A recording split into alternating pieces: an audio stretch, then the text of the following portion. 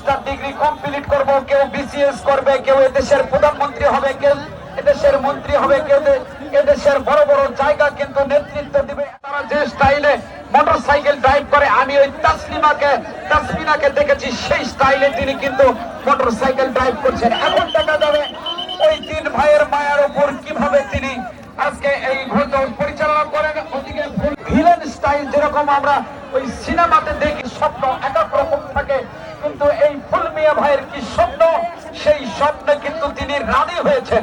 তিনি স্বপ্নে দেখেছেন যে আমি স্বপ্নের রানী হয়েছি, তিনি আসলে রানী থাকবেন কতক্ষণ নাকি তার ঘুম ভাঙলেই সেই স্বপ্নটা নষ্ট হয়ে যাবে। সেটা কিন্তু ঘুম ভাঙার আগেই তার যে কাঙ্ক্ষিত লক্ষ্য সেখানে যদি পৌঁছতে পারেন, প্রস্তুত আমি দেখতে পাচ্ছি তাসমিয়া কিন্তু ওই তিন ভাইয়ের মায়ের উপর সওয়ার হয়েছেন। তার এলোমেলো চুল হালকা একটা গাডার দিয়ে মাঝখানে বেঁধে দিয়েছেন মাথার উপরে। যখন প্রতিযোগিতায় যাবে, ঘোড়া যখন ছুটবে, তার চুলগুলো এলোমেলো হয়ে কিরকম দোল খায়, যেন শিশু একটা দোলনায় দোল খাচ্ছে।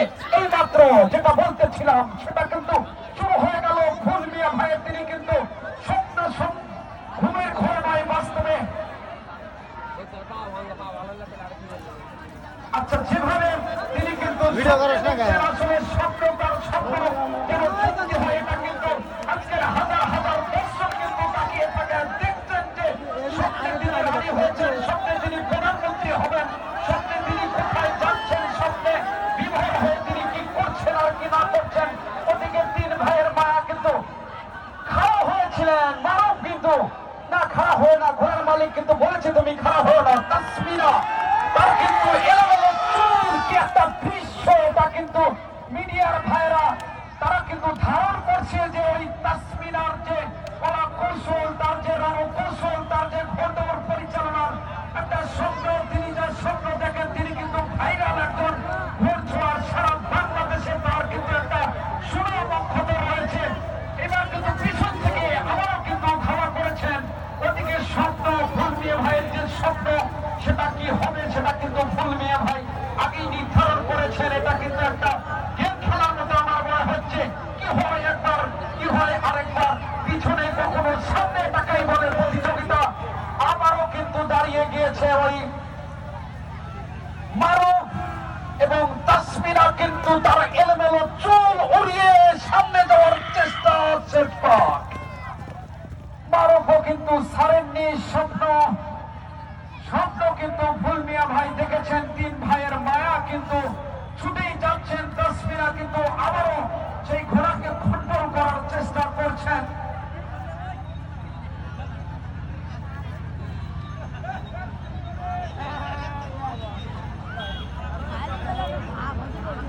পরবর্তী আকর্ষণ, তাসমিনা কিন্তু ঘোড়াকে কন্ট্রোল করতে পারছেন না। আসলে তিন ভাইয়ের মায়া, তার উপর কি মায়া রয়েছে, সেই মায়ার টানে কিন্তু তাসমিনা আরেকবার তিনি ঘুরছেন। তার এলোমেলো চুলগুলো যেভাবে বাতাসে দুলছে, যেরকম লাল সবুজের বাংলাদেশের লাল সবুজের পতাকা বাতাসে পটপট করে আজকে এই চাইনিজ মাঠের যে পতাকাগুলো লাগিয়ে দেওয়া হয়েছে, বাতাসে পটপট করে উঠছে। তাসমিনার সেই কালো চুল, লাল লাল বর্ণের জার্সি পরা, তার সেই কালো চুলগুলো, কালো রঙের ঘোড়া যেন চুলগুলো দোল খাচ্ছে, যেরকম শিশু দোল নাই দোল খায়। পরবর্তীতে আরেকটি প্রতিযোগিতা নামের তালিকা আমি ঘোষণা করছি। মামুন খান মানুর, কিং খান, আব্দুল ভাইয়ের আন্ডারটেকার আরেকটি প্রতিযোগিতা। এটাও কিন্তু একটা দেখার মতো প্রতিযোগিতা হবে। পরন্ত বিকালে আসলে বিনোদন যে মানুষের মনের খোরাক, আমি আগেই বলেছি, যারা বিশেষ করে হার্ট প্রবলেমে ভুগছেন তাদের জন্য বিনোদন অত্যন্ত একটা ভালো জিনিস। কি বুদ্ধি দিতেছস তুই? নিজেরই ব্যাটারি চার্জ নাই। কিং খান এবং আন্ডারটেকার চূড়ান্ত প্রতিযোগিতা হবে। কতগুলো ঘোড়া সব মিলিয়ে কিন্তু পয়েন্টের কেমন অভিজ্ঞতা ছিল আজকে, মানে এই পাখি? ভালো ছিল, ঠিক আছে, ধন্যবাদ। কিন্তু এই প্রতিযোগিতা হচ্ছে, তারা কিন্তু সেগুলো চুরি করে বিক্রি করে নেশা খাবে। আপনারা একটু বাড়ির দিকে দৃষ্টি রাখবেন। আর আত্মীয় স্বজন মেহমানের জন্য যেগুলো পিঠা পায়েস পোলাও কোরমা তৈরি করে রেখেছেন, আপনারা ফ্রিজের মধ্যে অথবা শোকেসের মধ্যে ধুয়ে ফাইন করে তালা মেরে দিয়েছেন। যখন খেলা শেষ হবে আবার কিন্তু ওই মেহমানদারিত্ব করতে হবে, সেই আশাবাদ ব্যক্ত করছি। এবং প্রতিযোগিতায় ফিরে যাচ্ছি নিউ সূর্যলাল এবং বাটুল। চূড়ান্ত প্রতিযোগিতা আজকের এই পরন্ত বিকাল দেখার মতো একটা মনোরম পরিবেশ, মনোরম আবহাওয়া, সুন্দর আবহাওয়া, রোদ নেই, সূর্য নেই, শীত নেই, এমন একটা পরিবেশ, না শীত না গরম, আসলে এসি। আমার মনে হয় আজকের এই চাইনিজ মাঠ, চতুর্দিকে বাড়ি ঘর রয়েছে, জঙ্গল রয়েছে, তার মাঝখানে এটা একটা গ্যালারি এবং মনে হয় এটা একটা স্টেডিয়ামে পরিণত হয়েছে। আর ভিতরে কোনো বাতাস নেই, শুধু আমরা সুন্দরভাবে বসে আছি, না লাগছে শীত না লাগছে গরম, এমন একটা পরিবেশে কিন্তু আমরা আজকের এই বিনোদন নিচ্ছি। প্রস্তুত দুটি ঘোড়া, প্রস্তুত রয়েছে অলওয়েজ। বাঁশি মুখে যখনই বাঁশি বাজাবে তখনই কিন্তু প্রতিযোগিতা শুরু হয়ে যাবে। এইমাত্র কিন্তু শুরু হয়ে গেল আরেকটি চূড়ান্ত প্রতিযোগিতা। বাটুল কিন্তু ছুটে যাচ্ছেন নিউ সূর্যলালের পিছনে পিছনে। নিউ সূর্যলাল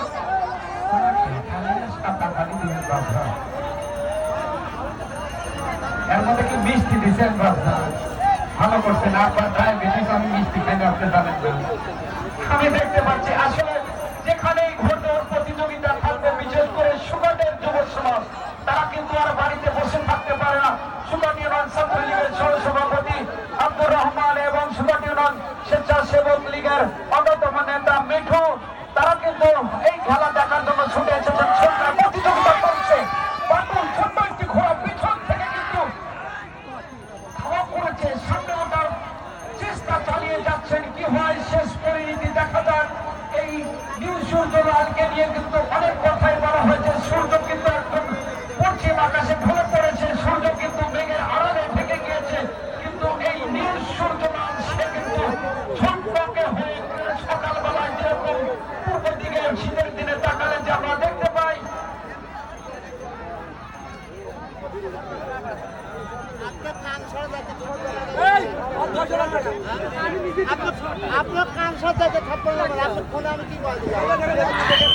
এইমাত্র কিন্তু প্রতিযোগিতা শেষ হলো। নিউ সূর্যলাল আসলে আজকের সকালের সূর্য, বিকালের সূর্য, মাঝখানে যে সূর্যটা আমরা দেখেছি সেই সূর্যের মতো কিন্তু কিরণ দিয়ে কিন্তু তিনি তার নাম অক্ষত রেখেছেন।